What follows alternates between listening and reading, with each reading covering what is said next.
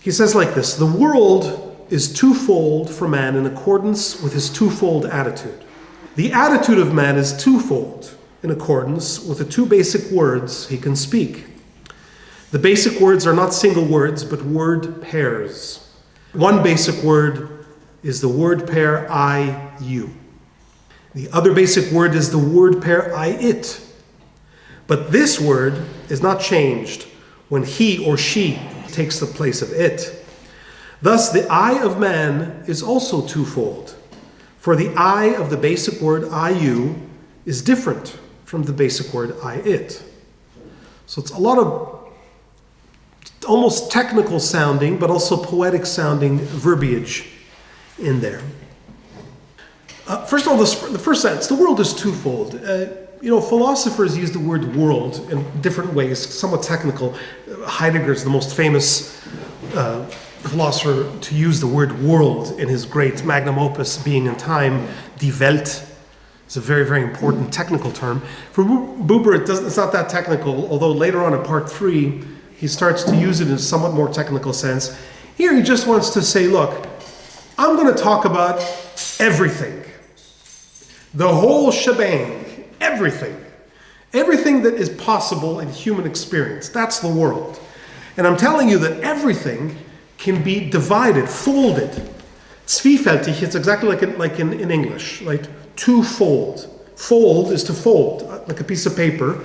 Falt, it's the same in German. Zwiefältig, it's exactly the same word, right? English and German are the same language ultimately, believe it or not.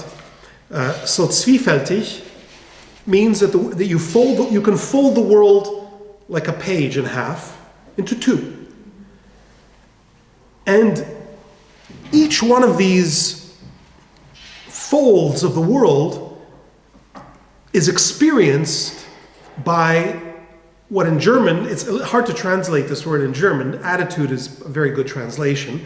In German, Haltung, as you can probably hear, is connected to the English word hold. Halten is to hold. But here we're talking about holding yourself. How do I hold myself? Haltung. So I, as a human being, I hold myself in relationship to everything in one of two ways. Now, Walter Kaufmann, in the beginning, in his introduction, he points out, obviously there's more than two ways, to look at reality. And he says, even though there are more than two ways, Buber, says Kaufmann is speaking like a prophet. Just interesting choice of words. He says, prophets clearly put out in front of you. Like God says in the book of Deuteronomy, I put before you evil and good. Choose. Good and evil, right? It's that simple. Good and evil. Choose one or the other. Black and white. Obviously, the world is not that simple. There's a lot of gray between black and white. There's a lot of color. But when you want to speak in a powerful way, if you want to make an impression, a strong impression, you want to bring across a teaching, an urgent teaching, I would say. There's an urgency to what you want to say, so you make things very clear, like to a child. There's A and B. That's it. Choose one or two. And that's what Buber's doing here, saying the world is twofold, and there's a dependence of this twofoldness on how you hold yourself, this Haltung in relationship to the world. And he says, German, like Hungarian, is, I think, more beautiful than English in the way that words can be combined very easily without an ugly hyphen. So in English, we say two basic words, but in German, very nicely, we say zwei Grundworte. And Grundworte is different than Grundwörter. There's two plurals in German for words. So Wörter is just words, it's like words in a dictionary.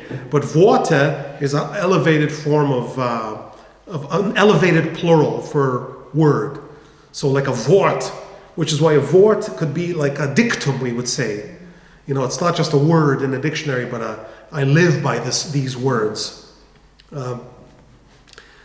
So he says these are two basic Grundworte, two basic words that a human being can speak. Of course, man is a very unfortunate Englishism because it's male it's genderized, and in German it's not. It's Menschen. Mensch is gender neutral, which is very nice. So the attitude of the Mensch is twofold, in accordance with two words. Now what do we have here? We have the world, which is split in two. We have the human being, which has a twofold attitude. And here we come into what's really the key to everything, which is Wort, the word, right? Language is going to be the medium in which all of this happens. And there are two basic words. On the level of pronouns, he would like us to make our minds collapse these two words into single word forms. Ich, du. Ich, es. So he's not meaning like they are not single words in the sense that they coexist in a way that like one, if one of them exists, that means the other have to exist. Like if I say like darkness, that have to be light, and the other way around, then not necessarily as opposites, but one predicts or in some way the other one. If I understand your question, I definitely, when we talk about darkness and light, which is what we might call a dialectical difference of opposite, right? Opposite. So definitely, as we see here, there's a balance and a play between the word es, it, and the word you.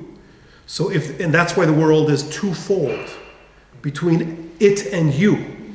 However, between I and it, and between I and you, there isn't that difference. On the contrary, it is one way of being, is the way that human beings are, a Haltung, right? We're talking about this attitude, right? One Haltung, one attitude is you, that's a Haltung. And the other one, which is another basic word, is the word pair it, which is another way of being. So each one of these is its own relationship to reality. Right? Either you, and there's a big difference, of course, which is what this whole book is about, between these two, between the you and the it. And as you say, I think definitely what you say is correct in the relationship between these two word pairs, between the word pairs. But a word pair in and of itself is a unit. And we'll see what that means exactly, because it does create, at least conceptually, all kinds of problems, because of course, the pronouns are still there. Just because Buber says, I want you to think of them as units, doesn't mean he's destroyed the German language or the English language or any other language where the pronouns I, you, it, she, he are still intact. So they're still there, but he would like us to use language to raise us to a conceptual, poetic way of seeing language in a different way. And he mentions, of course, that he and she, is also the same as it. And we'll see what that is grammatically speaking. He says if I change the word it here and I say I, he says I'm not doing anything radically different. Or I, she. The big difference is between I, it, and I, you. That's a big difference. But I, it, and I, these are, he, she, are just forms or it takes the place of it. And he says, and that is why the I of man, of the Mensch, is also twofold. Why? Because it's twofold depending on which pair it belongs to.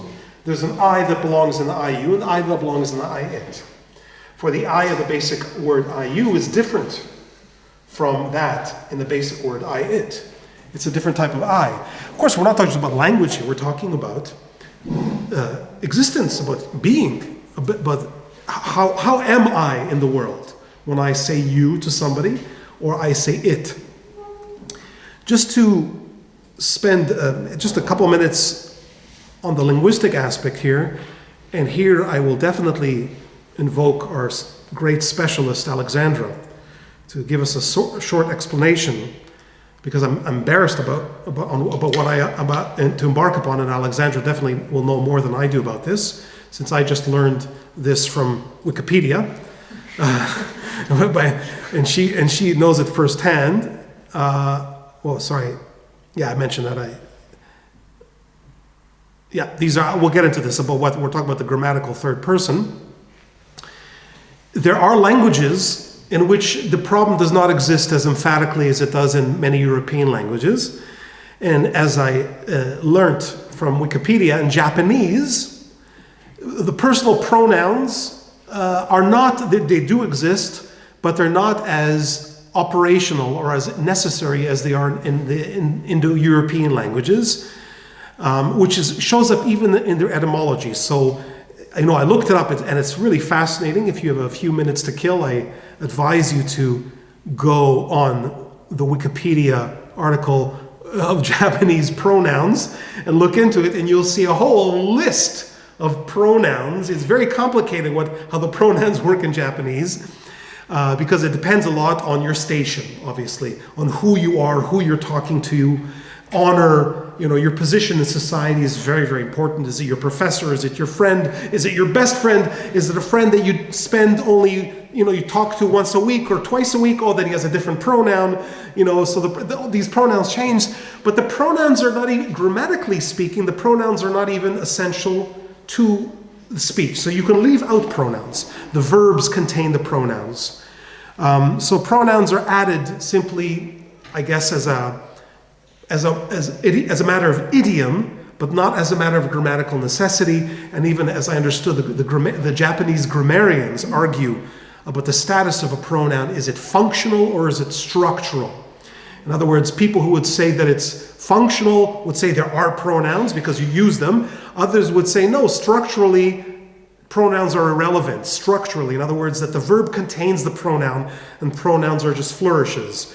And what's interesting, and what shows this, I think, quite nicely, is that there are clear etymologies or even meanings to a Japanese pronoun like watashi, which is derived from the word private, boku, which means I, but it literally means male servant, anata, which is derived from meanings of over there, and so on. Whereas, as far as I know, there's no derivation of the word you or thou from some older meaning. I mean, thou is the oldest meaning thou has, you. As far as I know. I might be wrong about this.